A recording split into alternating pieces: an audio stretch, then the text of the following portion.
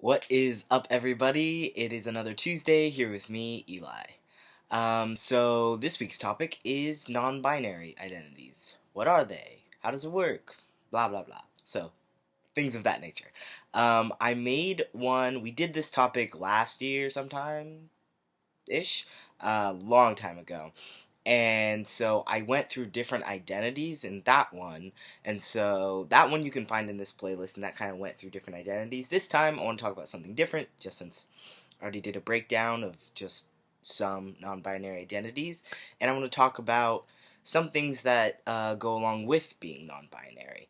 So, one thing that I have qualms with in non binary portrayals when they're are non-binary portrayals or like preconceptions is that it always tends to be a like the typical non-binary stereotype or representative is like a skinny white designated female of birth, like short hair, tiny non-binary person, which is not at all the only thing you can be. Like, it's very much made to feel in representation that you have to be kind of masculine and just kind of androgynous to be non-binary.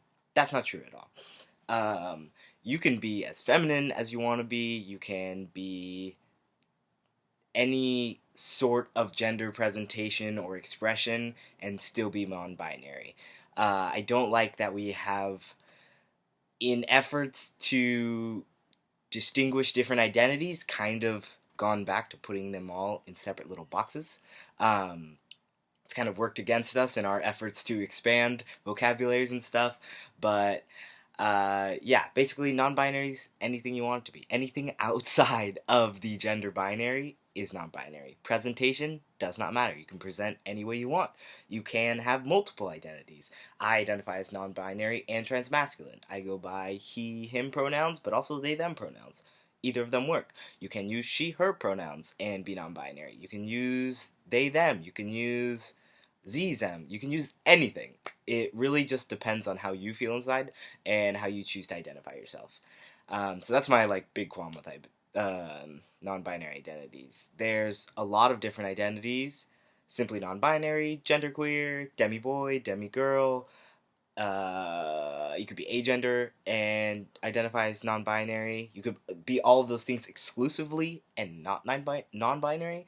So my biggest tip is to, if you're trying to explore non-binary identities, if you're trying to figure yourself out, or you just want to learn more and educate yourself, is to go to the internet, do some research, talk to some people with their consent. Don't turn people into forced educators, but if they feel like sharing, talk to them, figure it out.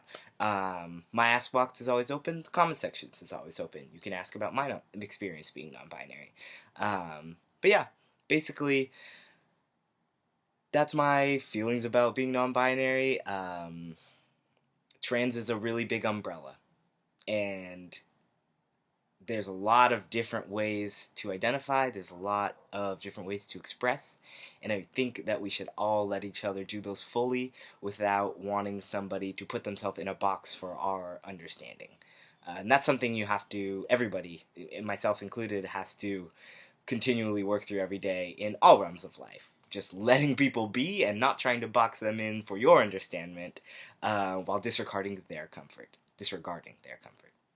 Yeah, those are my thoughts. Okay, I hope you're having a great day and have a wonderful week.